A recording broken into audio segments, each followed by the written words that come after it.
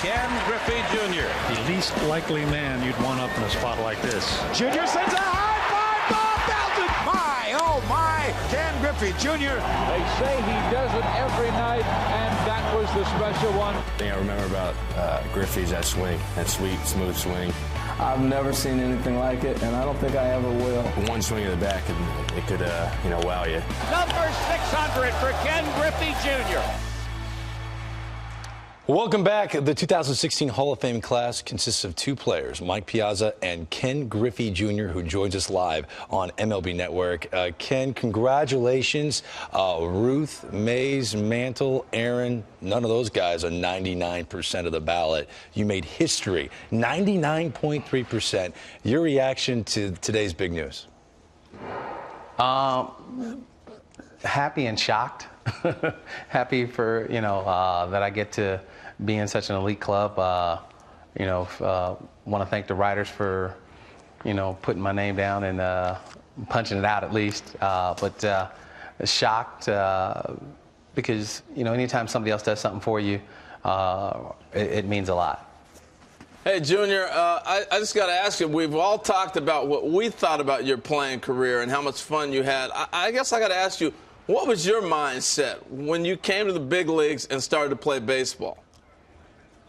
That I just wanted to play baseball. Being a teenager, didn't have the understanding of, the media, the fans, the draw, because, I basically, come from high school. I mean, if you look at it, I played, under 130 games in the minor leagues. So, I come from, that your mom and dad, a couple friends, uncles and aunts come to the game to, oh my, there's 30,000 people. And, I knew I could play baseball. It was just the adjustment of getting to know people and growing. And, the one thing I just wanted to do was go out there and play.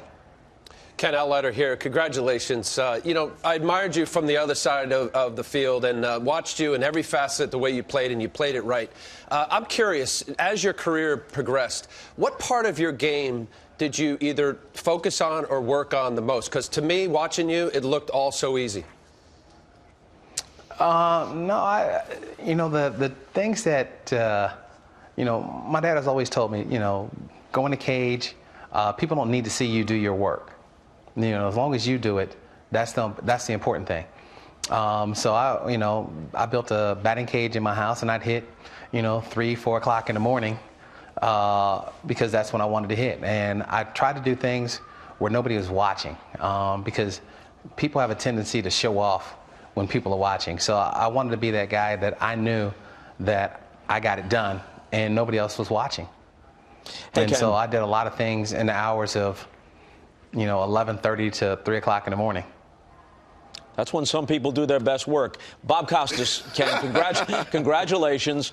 Many Hall of Famers are kind of on the borderline, so they're on pins and needles, and they can't really let themselves look ahead. In your case, foregone conclusion. You could have begun writing your acceptance speech the day you retired. Have you put pen to paper yet? No. I think everybody knows how, well, in case you don't know, I'm really superstitious. I have played in the Hall of Fame game 3 times, and I've never set foot in the building. I've never even seen the front of it. I've gone directly from the field to the hotel and the hotel to the bus and never looked at the front of it because the one time that I wanted to go in there, I wanted to be a member of it. Well, let me just follow up on this. By all means, so you played 3 times at Doubleday Field. Every time I've been there, I've always thought if I grabbed a bat and got the right pitch, I might be able to clear the wall. How many home runs would you have hit if Doubleday Field was your home park? I have a few more. I did tell Lou. I told Lou, as a quick story, I told Lou, I said, look, if I hit a double, I'm going to steal third. A sacrifice fly, I'm going to score, and that's the only at bat I want. He says, if you do it, then, okay, I'll let you off. So I hit a double, stole third, sacrifice fly. I looked at him, he goes, and he just shook his head like, okay, go on in. So I went inside and hung out inside the gym that's right across the street. Well, there are so many people connected to your career, Ken, that are celebrating as we speak, and one of them is standing by right now who has a special message for you, your first big league manager, Jim Lefevre. Jim, what do you have to say to Ken?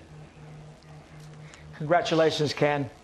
All I can say is that when your fellow Hall of Famers go out there and give you that kind of support, it tells you how much you meant to the game of baseball. And you did it every day. From the first day I saw you to the day we departed, unfortunately, you were always a pleasure. And you brought a lot of energy, enthusiasm, and you brought the Northwest, the Northwest part of the country to Seattle. And every day, everybody just was excited to see you play and was excited about that. But as far as the manager is concerned, you were special. There was no problem whatsoever. Problems with other guys were always, is he getting too much publicity? Well, go out and do something once in a while. Maybe you'll get more publicity. But your father, I want to say one thing. One of the things that I always remember, Junior, is when your dad came, they asked us to, would you be willing to have your father? I said, I don't want to turn this into a dog and pony show. And not a father and son. Can your father still play? They said, of course he can.